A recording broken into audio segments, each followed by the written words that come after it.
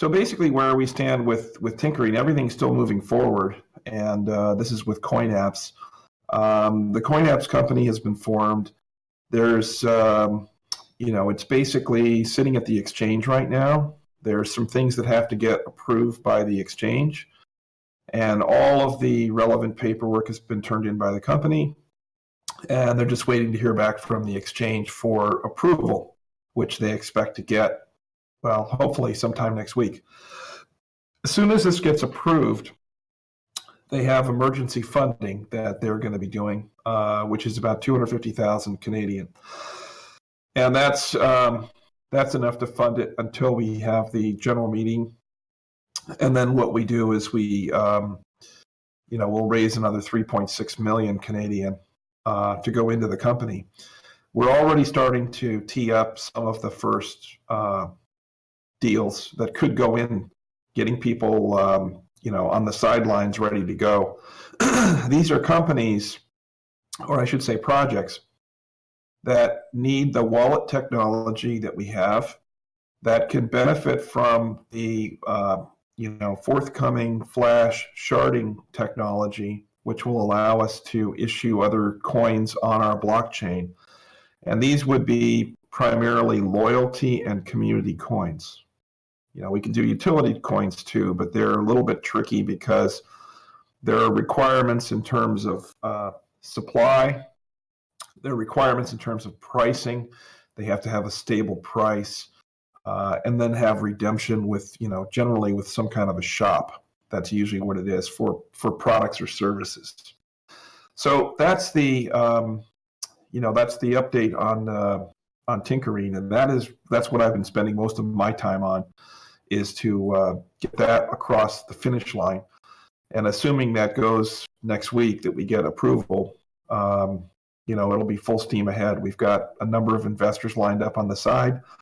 What this solves fundamentally, if David's here on the line listening, is it solves the fundamental issue that you have of how do you finance these projects. Because the ICOs are not a legal way to finance it. You're basically issuing unregistered securities, and we solve that problem by doing a public security that's registered and listed in Canada. It's the most efficient place in the world to do that. There are public markets, the Canadian Stock Exchange, the Toronto Stock Exchange, the Venture Exchange there. They're all designed for things like this. And so the regulators are just now getting their arms around crypto. Their main concern is the issuance of crypto. They don't want to do any ICOs. They're nervous about any kind of unlicensed exchanges.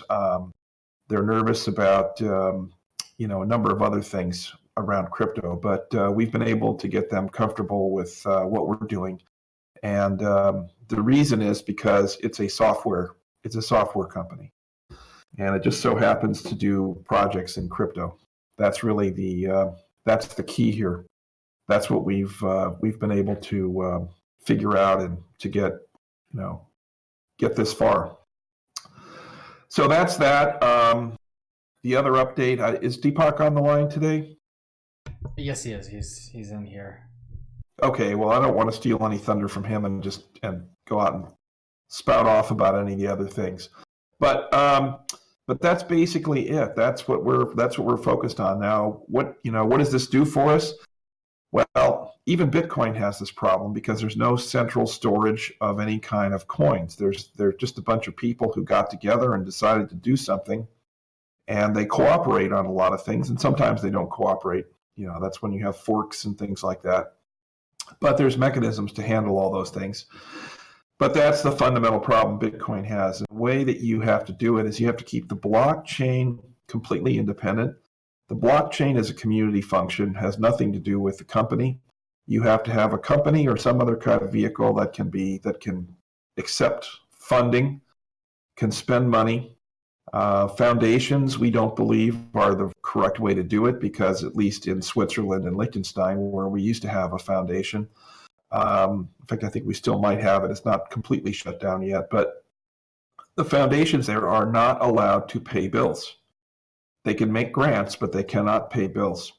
So it's, people originally set it up, these foundations, so that they could just go and pay their bills. And I don't think that's going to be viable in the long run. A lot of these things are being, they're concerned about being turned into money laundries and, other non-legal uses of these things. That's the issue. So that's it. That's all I have to report. I'm curious, how long until after everything's settled with this are we looking at a turnaround time for starting projects with this, with the coin apps and everything? Well, as soon as it gets approval, the projects could even start as soon as we get approval. Could start even this week. And the reason I say that is because as soon as it gets approved, they can close on the original transaction. They can do that. That's what they're getting approval to do. As soon as that happens, you can create subsidiaries. And a subsidiary, all it is just a wholly owned subsidiary, which would, let's say that you have company XYZ. Company XYZ has a token and has software and a team and revenue and things like that. It could be for marketing promotion, it could be for search, it could be for any number of different functions that are all things that are necessary. So in other words, you could have a loyalty coin that is designed to do search. Well, they have to go clean up their ICO. Maybe they did an ICO, XYZ company or project. They did an ICO, and now they have a problem. They still have money in the bank.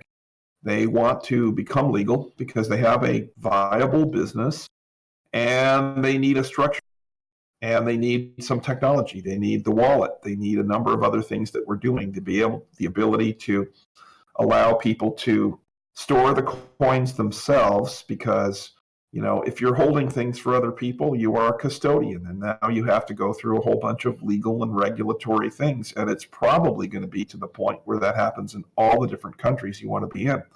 So you want everything to be as decentralized as possible. You want people storing their own keys, being responsible for their own things, but yet you want to have a good way to recover everything in case people have a loss.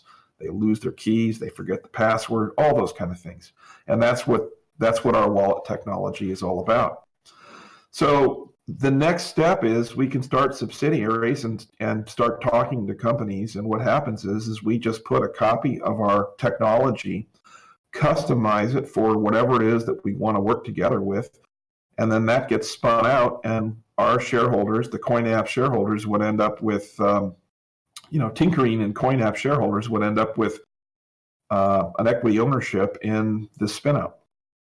That's how it would work, and that could start very quickly. I mean, I was actually very pleasantly surprised to find that out on a phone call. But that's how the Canadian system works. Is that as soon as you have the approval, you can get going, and you don't even have to have all the other things done, because you can start the process of creating the subsidiaries. And that to me is the most exciting part about this from a financing point of view, because now it's not just about getting one company financed, it's about helping lots of these different projects. And people have said, well, you're going to be like the home for the wayward projects that have these legal issues that they need to remedy. And that's not the long-term goal, because that's only probably 1 to 2 years of that kind of activity. But really what we end up with is a very large network, because we'll be able to piggyback with all these other projects, all of their traffic, everything that they have, will be able to help people. And in return, our shareholders will hopefully get enriched.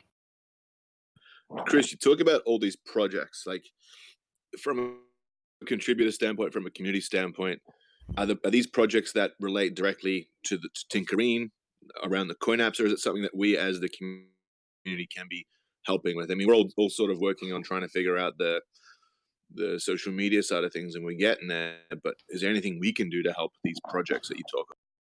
Well, if you run into projects, so here are the things that we're looking for these types of projects. We could do one of these things, I mean, every 6 weeks or 8 weeks. I mean, it just depends on what the regulators allow.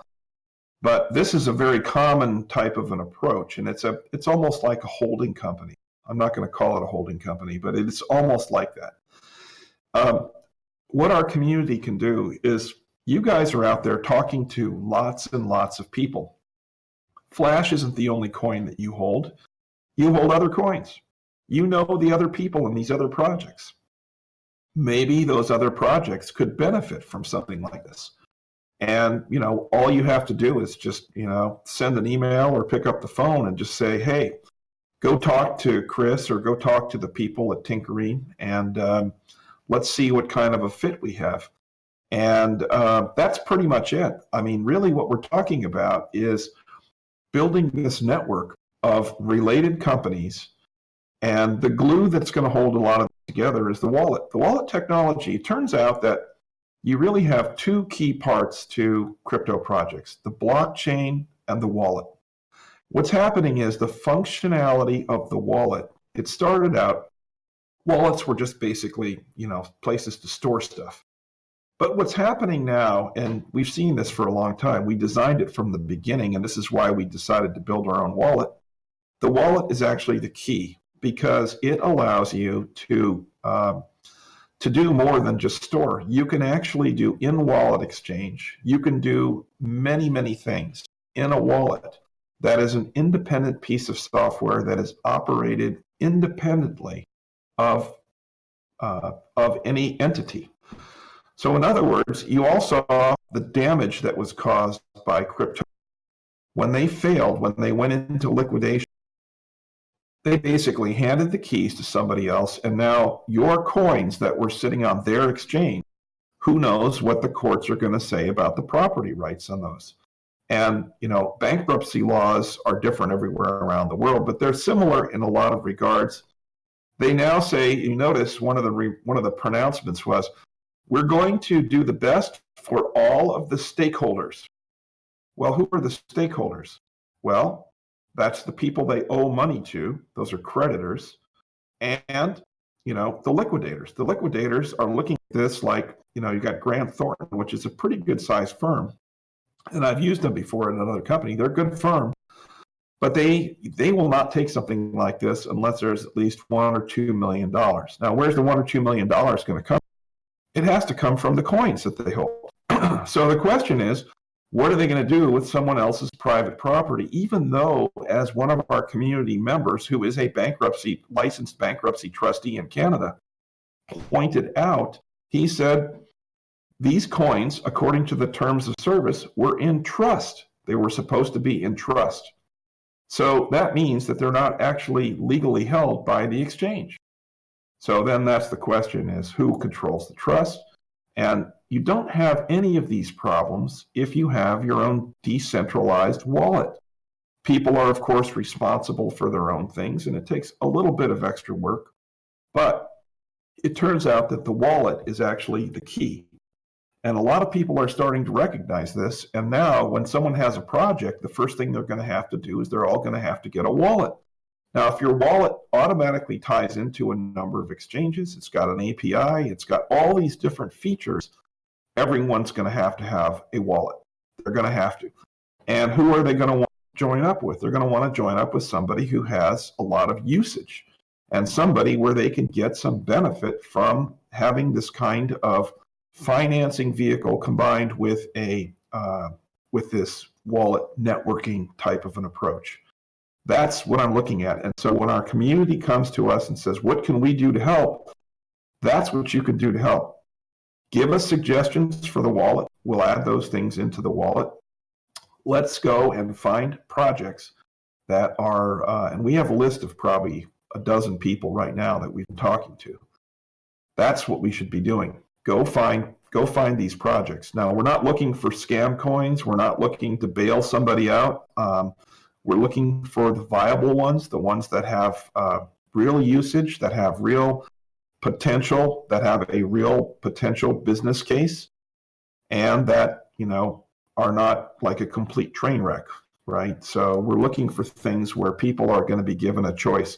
The way it's going to work, there's going to be basically some kind of rescission offering that's going to have to be done by the original issuer of the ICO or whatever it was. They will then offer to buy people back, with Bitcoins, cash, whatever it was that they used. And they'll also have another, which is, or you can take our other offer, which is to do this deal with the Tinkering Coin apps, and you can then have your coins, converted into equity. And there has to be a mechanical process. I think it has to be bought for cash. There has to be a certain amount of cash that goes in because I think the exchange will require that. But there is a way to do it. And that's what's exciting to me, is that a lot of these projects, they're good people, they're good projects. They just got caught up in this hysteria, this mania. And, and now they just need a little bit of help and a little bit of polish and get them on the right track. That's what we're looking for. Thanks for talking to that. So real quick, you said a lot of things there, right? So thank you for giving all that information. And I'm sure many folks have many questions around those points that you made. But right off the bat, one thing that I'm thinking of when you're saying let's invite projects for different kinds of partnerships, right off the bat, are you saying that one, no ICO coins, and two, coins that are not necessarily community backed, but coins that have some funding and some equity behind them? Is that what we're saying in essence? Well, here's the thing: the ICOs, the ones that did ICOs, we have a way that we believe can legally clean these things up. So the answer is, if it's an ICO that's too messy. So, some of these ICOs, people, they literally absconded with a bunch of the funds. There were people who were, there was really nothing there. They collected all kinds of money. It's just shocking to me how much these people were able to raise. But, it's a greater fool kind of environment. So to answer your question, the ICOs, we can work with them. We can, but they have to meet certain criteria. And we're in the process of developing that right now. But, if it's an ICO that wants to convert into a legitimate registered security and turn the token into a community coin or some kind of utility or loyalty type coin, those are the people we can help. Communities, obviously we will help communities any chance we get. We are big believers in community coins, and a true community coin won't have any need for any of the equity or any of that, or the fundraising generally. But what they'll do is they'll need some of the technology, and obviously we'll work with people on that. So that's, we want to support those people. And one of the things that, one of my dreams is to actually be able to do larger projects, because there are a lot of places in the world where the credit monopoly, which is the banking system, has just completely ignored. So let's say that you have a town of 10,000, 20,000 people in India or Latin America or West Africa, and you don't have a good water system, so people can't drink the local water. You have it coming out of the faucet and it's not good, the quality's terrible, and there's disease and all kinds of things. If we could find a way to fund through some donations in cryptocurrency, and then to create a local community coin that is accepted by the merchants and whatnot, that is a vehicle to allow the local people to help to pay for their water system. And it's like water and sewer, right? So complete system. And that to me that's one of my dreams, is to help people like that. And this goes against issuing something like a bond, which is a debt which has to be paid. And generally, whatever it is you're doing will end up costing 2 to 3 times as much as what the original actual cost is. This is a way for the community to issue itself credit. You'll need to get donors to pay for the hard costs and some of the basic labor costs, but the rest of it will be funded by the community. That's the kind of thing that I'm hoping that we're going to be able to do. And I think once we see how the model works, it'll go very quickly. Yeah, it seems like it, guys. If anyone has any questions, feel free to. Let me throw another question real quick, Chris, at you. With us spitting Coin Apps development team, and there will be a set of proprietary software that goes along with it, right? Where do you draw that delineation, that line, that separation between the community development effort and the Coin Apps development effort? Well, here's what we had. First of all, blockchain itself is completely separate. So all the blockchain development work is outside of the scope of Coin Apps, has nothing to do with Coin Apps. It's all done by donations. People make donations to the team. There will be a separate team. The team's being separated right now. So you'll have a completely separate team. Alongside that, you will have open source software, which is supported by the community. And that means it's supported by donations and whatnot. All of the code that goes to Coin Apps, which is proprietary, which was paid for by a number of people in the community who put their own money into it. In order to continue funding that, we had to find a vehicle because it starts to get expensive. We wanted to be able to charge people, their projects and companies that want to use this wallet technology, and we just don't have a good way to legally take care of those kinds of things. So the conclusion we came to was put the wallet technology into the company. So it's proprietary and it's separate from the blockchain technology. Now, one of the requirements we had was we wanted to always have an open source version of the technology.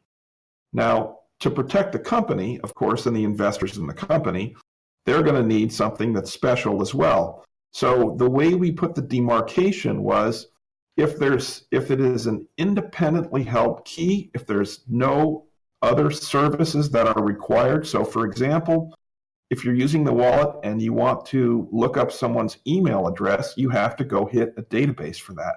Well, someone has to store that database, and then you're going to have all of the legal and regulatory things from a centralized database, like GDPR in the EU, like all the privacy laws in all the other parts of the world. And then, of course, you have to have security and all these other things. But it's a very convenient thing to be able to look somebody up by their email address as opposed to by just a public address from the coin. So that is how we decided to do it, was to take all of if something is a service that requires any kind of centralization, it goes through the Coin Apps company. If it is a decentralized object, that goes into the community. So that's how we decided to do it. And as you know, there are two factors. There's convenience and security. Convenience is, of course, at odds with security because it means that there's centralization. To be able to look somebody up by their email address or their phone number, what that means is it's very convenient. It's like PayPal or any of the other payment services, and those things have evolved over 20 years to be the way they are now. People are all used to working that way. Crypto with security is much better because you don't have any centralization. There's no place for people to steal stuff. Now, people can still break into your phone, your email, your computer, and whatnot, and try and steal your keys. But if you're careful about storing your private keys and you keep them offline in some kind of a hardware wallet or hardware device, or you just have a complete machine that you just only plug in when you want to do transfers, that's the best way to do it. Now, that's not convenient by any stretch, and most users will not want to do that. They will want the convenience, and there is the business. So you have the two factors, which is the security and the convenience, and people who want the convenience will end up having to give up something. They'll give up some privacy, and they'll give up some security, in my opinion. Now, that's just we'll see how that goes, but that seems to be the best way to demarcate this whole thing. Answers my question. Thank you, sir. Anyone else with any questions for Chris? Yeah, I just want to connect the dots. So James is obviously working his butt off like the rest of the community, but it seems as though he's doing a lot, and he's over there in Nigeria right now. Do you have any updates on where he's at on that trip? Like, how are you connected with him on that? How are you guys working together? Because I see James on the frequent, and I've never met a more passionate human in general. But this is his big project in Nigeria right now. Well, I will say this, all in with Flash and with the vision that we have for really helping people with cryptocurrency. And, he is a big believer, of course, in the whole community coin notion. And, as an alternative to the banking system, I mean, no one's saying replace the banking system. We're just saying we're going to do it better for people who can't get a banking system. That's the primary mission of Flash. So, and quite frankly, it's not worth the time or money of the banking system to serve these kind of people because they just don't have the money and they have not been traditionally part of the credit system. So for that point of view, it's a win. Now, James, I just was talking to him today. He's got a number of people in Nigeria. Nigeria actually is a fairly wealthy country. They have oil riches. They have some very intelligent people, a lot of hardworking people, very good people in Nigeria. We're not going to talk about the Nigerian prince scam and all this stuff. They kind of got a bad rap from that. But I know a number of Nigerians who are very upstanding people and really like them a lot. So what I think is going to happen here is that we're going to be very close to getting some deals with white label wallet versions, and this is going to be for coin apps. But all of these places, part of the deal is when we did the deal with coin apps is that the Flash coin has to be included prominently in the wallet. So it's the first coin people will see. So that's the goal is, we support Bitcoin, Ethereum, all the other coins that we have in the Flash wallet, Litecoin, Dash, they're all in there. We'll put in the local coin for whatever the local exchange, maybe they have an exchange token and whatnot. But James is there right now. It's his primary purpose. There's a couple of conferences going on, and he's in the process of meeting a lot of people over there and getting to know them and selling them basically the wallet solution and the technology that we have, and that's going to be going into coin apps. So, we've already, Tinkering already drafted a contract for coin apps so that, we can start getting contracts going. As soon as we sign the deal with Tinkering, we'll start to bring in revenue. So that's the good news is that, James is, I would call him the business development person for for all of this, for coin apps and for Flash. So remember, every time something happens for coin, the Flash is going to get taken along with it. And so over time, you're going to have a lot of compatibility built into the Flash token and the Flash ecosystem. So that's basically, that's in a nutshell what's going on with James. So I just heard from him this morning. He's got a new person that I'd never heard of before who is interested in the wallet, and all we have to do is integrate there's a local payment system that we have to integrate in the wallet, and I'm looking at that right now. It doesn't look like it's going to be that hard to do.